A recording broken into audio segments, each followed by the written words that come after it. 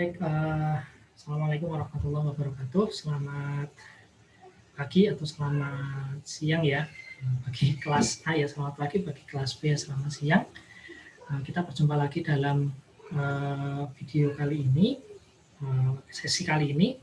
Nah, kali ini saya akan mendemokan satu aplikasi yang kemudian bisa digunakan untuk membantu teman-teman pengelola informasi di dalam membuat dashboard aplikasi, gitu ya. Dashboard dari suatu sistem informasi, atau mungkin dari dashboard dari data yang teman-teman miliki. Nah, kalau di sistem informasi kesehatan itu memang biasanya kemudian ada dashboard yang mensummary-kan data-data yang kemudian masuk ke dalam sistem informasi kesehatan itu ya. Tapi biasanya dashboard yang ada di dalam sistem informasi kesehatan itu dia sifatnya statik gitu ya. Artinya teman-teman sudah tidak bisa lagi mengubah, kecuali kemudian teman-teman bisa programming atau teman-teman yang bikin programnya, nah itu teman-teman bisa merubah. Tapi kalau tidak ya teman-teman harus menghubungi developernya. Padahal kadang-kadang kita membutuhkan satu visualisasi data yang mungkin tidak disediakan oleh sistem informasi. Kalau yang sudah disediakan oleh sistem informasi kan teman-teman tinggal pakai ya. Nah, di sini saya akan mengenalkan satu tools dari Google yang bisa digunakan secara free dan online, jadi teman-teman tidak perlu membuat atau mendownload dan menginstal aplikasinya. Ya, ini Google Data Studio. Saya nggak tahu, mungkin ada beberapa teman-teman yang sudah pernah pakai. Jadi Google Data Studio ini adalah satu alat yang digunakan untuk memvisualisasi data, ya, memvisualisasi data. Nah, data-data yang divisualisasi itu nanti bisa dipublish dalam bentuk tampilan web secara otomatis gitu dan bisa di-share. Seperti kita nge-share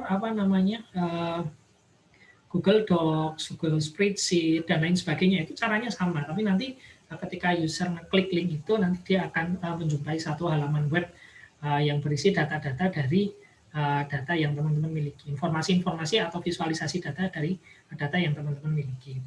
Nah, di sini menariknya Google Data Studio ini dia bisa mensummary-kan dari berbagai macam sumber. Jadi misalnya teman-teman nih, taruhlah punya file Excel yang isinya itu data-data layanan kesehatan, entah itu isinya apa.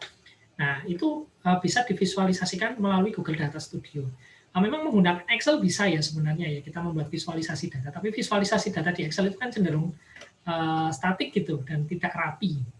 Jadi ya mungkin tidak terlalu layak lah kalau kemudian harus dibagikan. Jadi teman-teman harus noto dulu di dalam dokumen Word dan lain sebagainya, dan kalau ada update ya teman-teman harus ganti dokumennya. Tapi kalau dengan Google Data Studio itu lebih mudah ya. Nah, teman-teman bisa masuk ke sini datastudio.google.com.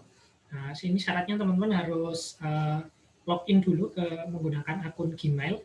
Nah, jadi ini menggunakan akun Gmail, nanti teman-teman login ke datastudio.google.com. Nah, nanti kalau yang pertama kali baru menggunakan Data Studio ada beberapa terms and condition, itu diklik agree aja semuanya, sehingga nanti teman-teman akan berada di tampilan ini. Jadi ini adalah tampilan home ya, tampilan dashboard dari Google Data Studio. Jadi dashboardnya Google Data Studio.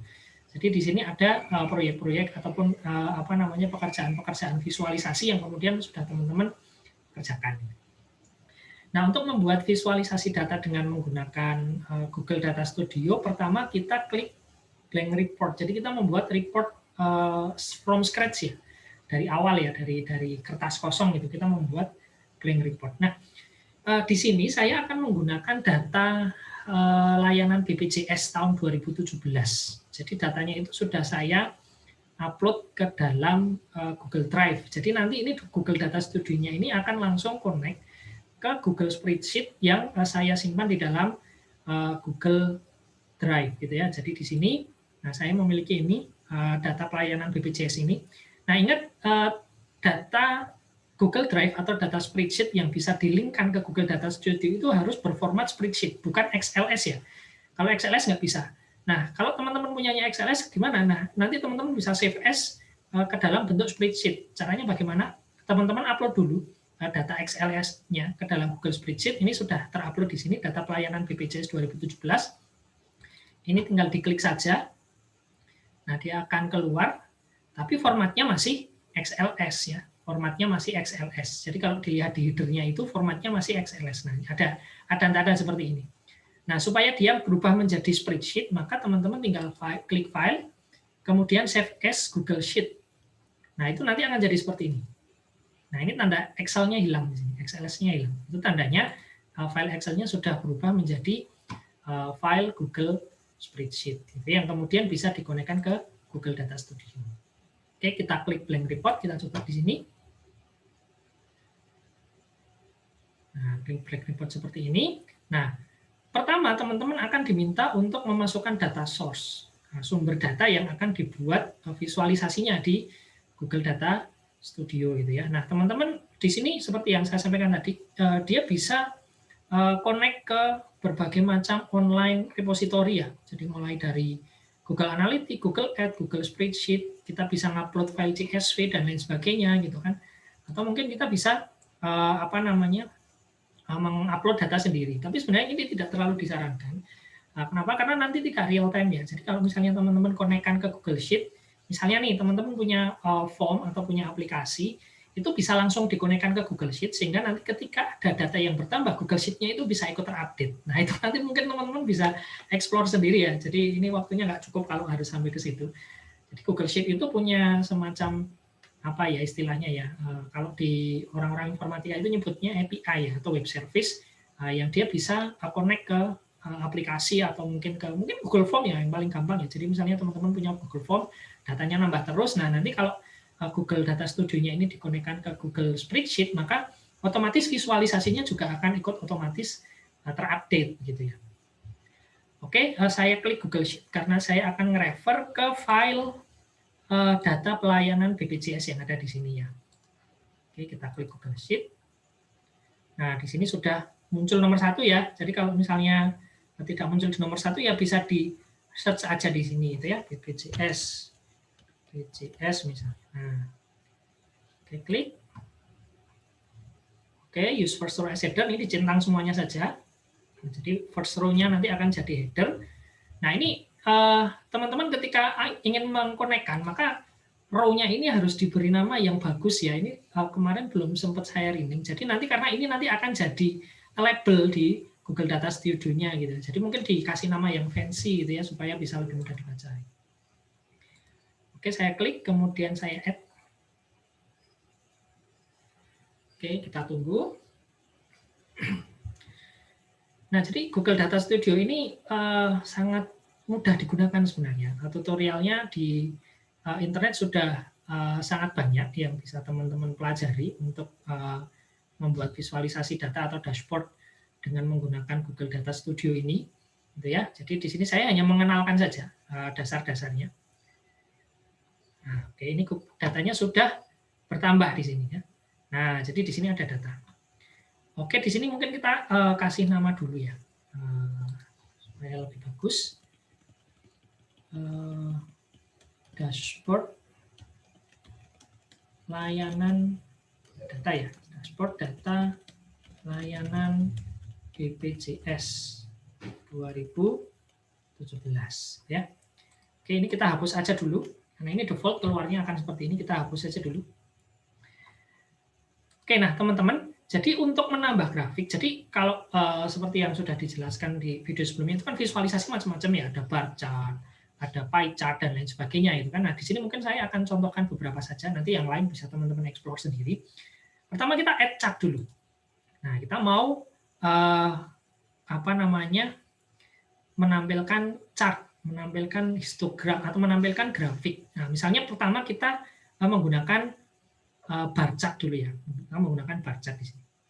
Oke, kita taruh sini. Kita klik, kemudian kita klik lagi di sini.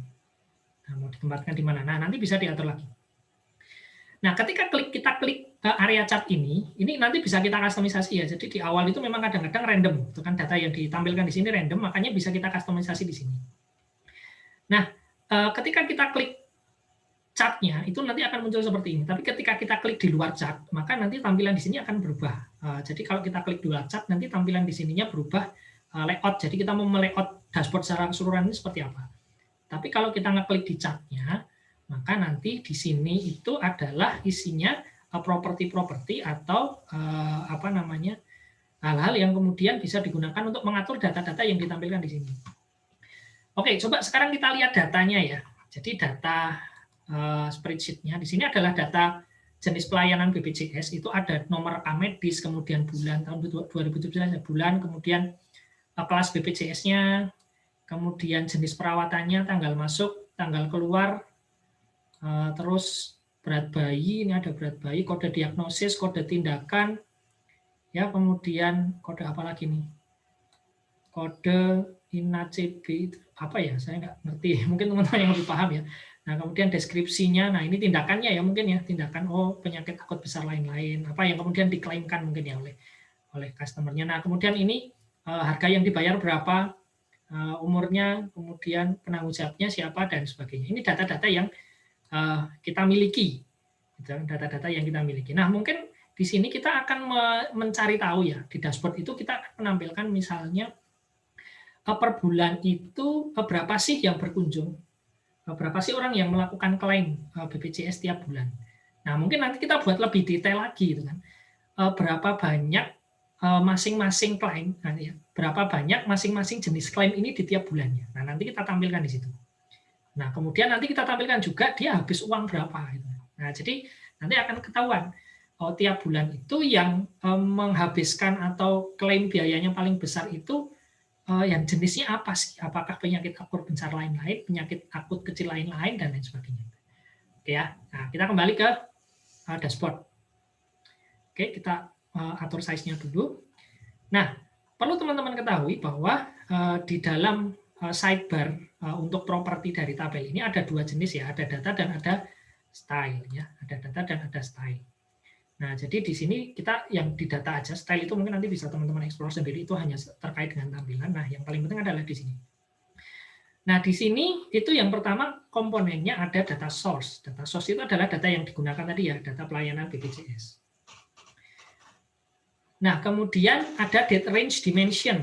Nah, jadi date range dimension itu kita bisa memfilter apa namanya data-data sesuai dengan dimensi waktunya. Jadi kalau misalnya di dalam data itu kita punya dimensi waktu, entah itu tanggal keluar, tanggal lahir, tanggal masuk, bulan, dan lain sebagainya. Nah, itu kita hanya bisa memfilter range data mana saja yang akan digunakan. Oke, sementara kita nggak akan gunakan date range ini. Jadi kita akan gunakan semua data untuk semua tanggal. Karena juga kita nggak relevan kalau kita memfilter menggunakan tanggal keluar, tanggal lahir, dan tanggal masuk ya. Jadi ini auto detect. Jadi yang kalau di spreadsheet itu yang dia sudah terformat sebagai tanggal seperti ini, dia nanti akan auto detect di sini. Nah, sementara field yang tidak terformat sebagai tanggal, misalnya seperti field bulan di sini, karena dia tidak terformat sebagai bulan atau sebagai tanggal, formatnya itu hanya numerik biasa, maka dia tidak muncul di sini, gitu ya. Oke, jadi kita hilangkan saja yang date range dimension. Nah, ini juga tidak akan berpengaruh apa-apa ke sini. Nah, kemudian di sini ada dimension, ada metrik. Nah, ada dimension, ada metrik. Ini dulu ya. Dimension, ada metrik. Nah, dimension itu adalah data-data yang sifatnya kategorikal, yang ingin kita cari tahu jumlah atau kuantifikasinya itu seperti apa. Nah, contoh data kategorikal itu mana? Ya ini contohnya. Ya, ini contohnya. Ini adalah data kategorikal. Jadi data yang bersifat kategoris gitu kan, kategorikal data. Nah, kemudian metrik itu adalah kuantifikasinya. Jadi nanti kita bisa mencari satu kategori itu jumlahnya berapa sih. Jadi misalnya jumlah yang melakukan klaim penyakit akut besar lain-lain itu jumlahnya berapa. Nah, itu nanti masuknya metrik. Nah, jadi kalau di sini yang bisa jadi metrik itu adalah data-data yang sifatnya numerik.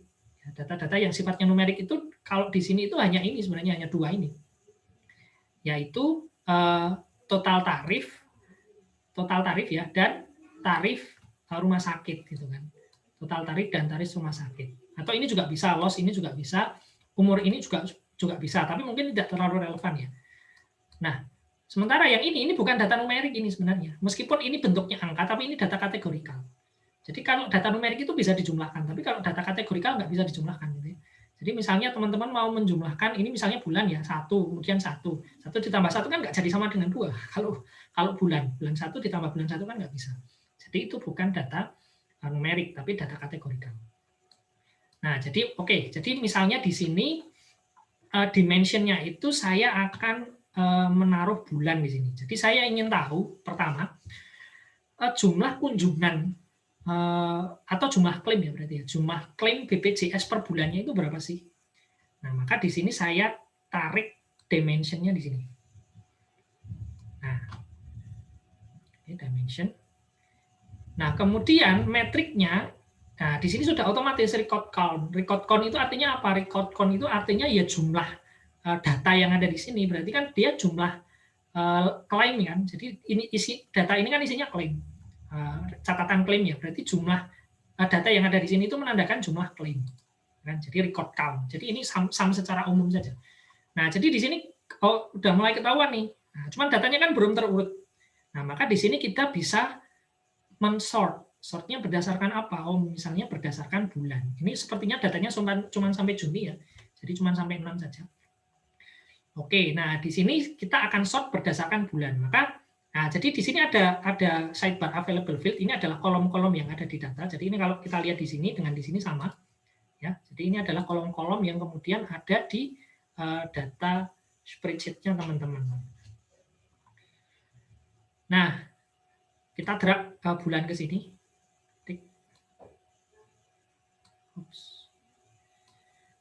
Atau mungkin klik di sini. Oh sorry, diklik di sini aja. Jadi tidak perlu di drag kalau yang sort. Kita klik aja di sini. Nah, kemudian kita pilih bulan. Oke. Nah, kemudian kita urutkan ascending ya dari bulan Januari sampai ke Juni. Nah, itu ya. Nah, jadi di sini. Nah, kemudian ada filter, ada interaction. Mungkin ini agak sedikit advance, jadi kita fokus di yang basic dulu saja. Nah, jadi ini langsung kelihatan nih, oh jumlah klaim per bulannya. Jumlah klaim tiap bulannya itu bagaimana? Oh, bulan pertama 6.000K, bulan kedua 6.000 klaim juga, bulan ketiga 6.000 lebih, kan, dan seterusnya. Nah, di sini, nah ini kan jumlah klaim seluruhnya ya, jumlah klaim seluruhnya. Jadi untuk semua jenis ini, untuk semua jenis klaim ini, ya kan, untuk semua jenis klaim. Nah, kalau kita ingin mengetahui masing-masing jenis klaim, nah, itu bagaimana caranya? Jadi kita bisa tahu, oh yang penyakit besar akut lain-lain ini berapa sih per bulannya, gitu kan. Kemudian yang kemoterapi ringan ini berapa sih per bulannya, gitu kan. Nah, itu kan data agregat ya. Nah, ini gampang sebenarnya. Nah, di sini ada yang namanya breakdown dimension. Jadi di bawah ini ada breakdown dimension. Jadi breakdown dimension ini berfungsi untuk membreakdown-nya, memecah lagi dimensi ini menjadi dimensi-dimensi yang lebih kecil sesuai dengan kategori atau informasi yang kita miliki. Nah, contoh tadi ya, saya pengen cari tahu masing-masing jenis klaim per bulannya itu jumlahnya berapa sih. Nah, ini tinggal deskripsi INACBG ini. Saya nggak tahu nih kepanjangannya INACBG ini apa. Kemarin lupa tanya sama Pak Zakarias. Yang penting itulah. Jadi ini sepertinya jenis klaim ya. Oke. Nah, kita tarik, kemudian kita taruh sini. Nah, kita tunggu. Agak lama memang kadang-kadang kalau datanya banyak. Nah, jadi di sini kita bisa tahu ya, kita bisa lihat. Nah, data masing-masing jenis klaim per bulannya itu berapa. Nah, kita bisa tahu di sini ya. Kita bisa tahu. Nah, itu ya teman-teman ya. Ini contoh. Jadi menggunakan Google Data Studio. Saya pikir ini gampang ya. Gampang. Nah, kemudian kita coba add yang lain ya. Kita mencoba add yang lain. Nah, jadi kita coba pakai chart yang lain. Nah, kalau di sini kan kita baru tahu jumlah per ininya ya. Tapi jumlah, kalau misalnya kita ingin tahu persentasenya detail kan dari sini nggak langsung kelihatan, harus ngitung dulu. Nah, kita bisa menambahkan di sini. Jadi kalau di sini itu data jumlah per bulannya, nah kita tambahkan persentase totalnya dari bulan 1 sampai bulan 6. Nah, kalau untuk menunjukkan persentase kita menggunakan grafik apa kira-kira? Porsi. Jadi kita menggunakan pie chart ya. Pie chart atau dot chart sama. Jadi kita add chart di sini. Nah, kemudian kita klik di sini. Nah, jadi jenis chartnya itu juga banyak di sini ya. Nanti teman-teman bisa eksplorasi sendiri nih. Bisa explore sendiri. Nah, ini bagian cara makainya sama seperti yang apa namanya bar chart. Oke, kita klik Doc Chart mungkin ya yang lebih fancy ya. Nah, kita klik di sini. Oke. Oke. Nah, di sini. Nah, oke, ini date range dimensinya kita hilangkan saja. Nah, dimension dan metriknya. Jadi kalau untuk apa namanya bar chart itu ada dimension dan breakdown dimension. Tapi kalau untuk pie chart itu nggak ada breakdown dimension, adanya cuma metrik sama dimension saja. Ya, nah, jadi ini dimensionnya sudah pas ya, sudah sesuai, yaitu deskripsi INACBG.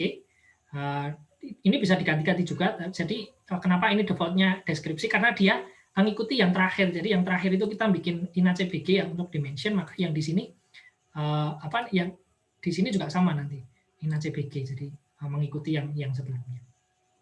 Nah, jadi di sini kita bisa lihat prosentasenya penyakit kronis lain-lain itu paling besar. Kemudian diikuti yang lain.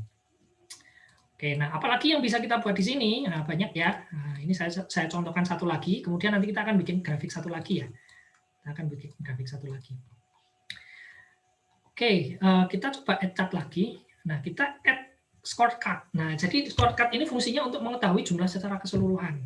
Nah, jumlah secara keseluruhan, gitu ya. Oke, kita klik di sini, nah, supaya kayak dashboard bener kan gitu ya. Oke, mungkin di sini ya. Nah, ininya bisa dibesarkan lebih cantik gitu ya. Kemudian ininya di atas saja ya. Biasanya scorecard itu di atas ya. Nah, ini agak dikebawain sedikit. Oke. Nah, kemudian ini taruh sini. Oke, sorry. Kita coba tata lebih rapi lagi ya, supaya enak dilihat. Nah, oke, sip. Nah, oke, record count ini. Nah, jadi di sini ini adalah menunjukkan jumlah ya, total ya, total claim. Nah, total claim. Jadi total klaimnya sekian, itu kan distribusinya sekian per bulannya, prosentasenya ini. Nah, ini kan udah jadi nih, udah jadi satu visualisasi. Sudah jadi satu visualisasi, itu kan yang kemudian bisa digunakan untuk keperluan pengambilan keputusan. Misalnya kita tahu jumlah klaim yang paling banyak itu ini, dan seterusnya itu kan nanti keputusan-keputusan apa yang terkait dengan itu mungkin teman-teman yang lebih tahu ya, yang ngerti domain kesehatan. Nah, terakhir mungkin saya akan perlihatkan cara membuat filter. Nah, jadi kita bisa membuat filter untuk data-data ini. Misalnya nih, kita ingin melihat bagaimana distribusi pengunjung yang dari hanya kelas 1 saja misalnya, atau kelas 2 saja, atau kelas 1 dan kelas 2, nah itu kan harus ada filter. Oke, jadi untuk menambah filter, itu kita klik add control di sini. Kemudian, nah ini bentuknya, filternya mau seperti apa? Mau drop down, mau fixed list, mau input box, dan lain sebagainya. Nah, kita pilih yang paling klasik dulu aja ya, pakai drop down. Kita klik drop down, nah kita taruh sini. Nah, di sini kita tanggal date range dimensionnya kita hilangkan saja. Nah, kemudian control field-nya ini kita ganti. Nah, kalau ini kan deskripsi INACBG ya. Jadi misalnya kita ingin bisa melihat data itu di tiap kelas. Kelas apa namanya? Kelas BPJS-nya ya. Kalau di sini ya berarti ya. Oke, kita cari kelas rawat ya berarti ya. Kelas rawat ya. Oke, kelas rawat kita taruh sini. Nah, kelas rawat. Nah, kemudian yang difilter apa? Record count-nya ya, jumlah klaimnya ya, jumlah klaim BPJS-nya ini sudah benar. Nah, kalau kita ingin melihat efeknya, kita bisa klik view di sini. Nah, nanti kita akan lihat. Coba ya kita klik view ya. Nah, kalau di sini kan apa namanya workspace untuk ngedit, jadi ini nggak bisa interaktif. Nah, kalau ingin lihat sisi interaktifnya, nah teman-teman bisa klik view di sini. View, nah kalau kita lihat di sini, nah ini teman-teman bisa filter. Nah, seperti ini ya. Apakah mau ditampilkan semuanya atau misalnya hanya kelas 3 saja. Ya. Nah, maka ini data-data yang kelas 3 saja. Gitu kan. Atau misalnya hanya kelas 2 saja. Oh, ternyata data kelas 3 mendominasi ya klaim BPJS ya. Nah, ini kelas 2 saja. Oh, kelas 2 ternyata tidak ada tadi yang apa namanya penyakit yang biru tebel itu kan sedikit. Nah, distribusinya beda. Nah, atau kita bisa klik kelas 1 dan kelas 2 misalnya. Kita ingin 2 kategori. Itu juga bisa. Ini memang agak sedikit lambat kalau pas internetnya lemot. Oke, nah itu ya kira-kira ya teman-teman ya. Nah, jadi seperti itu. Oke, mungkin yang terakhir ini saya hanya ingin menjelaskan bahwa di metrik ini itu kita bisa membenchmark ya, artinya membandingkan antara data-data yang sifatnya kategori dengan data apapun yang kemudian di sini sifatnya numerik. Nah, di sini di awal kan kita sudah membandingkan itu dengan jumlah klaim ya. Jadi dari kita melihat jumlah klaim itu dari jumlah record datanya. Tapi misalnya kita ingin, saya nggak peduli nih jumlah klaimnya berapa. Yang saya ingin tahu itu adalah nominal klaimnya itu berapa sih untuk masing-masing kategori. Nah, itu bisa juga karena kita punya datanya. Nah, datanya ada di kolom total tarif ini ya, mungkin ya, total tarif INACBG. Nah, ini kita tinggal ganti saja record count-nya di sini dengan total tarif INACBG. Oke, klik. Atau klik di sini kalau misalnya nggak bisa di-drag. Tarif INACBG.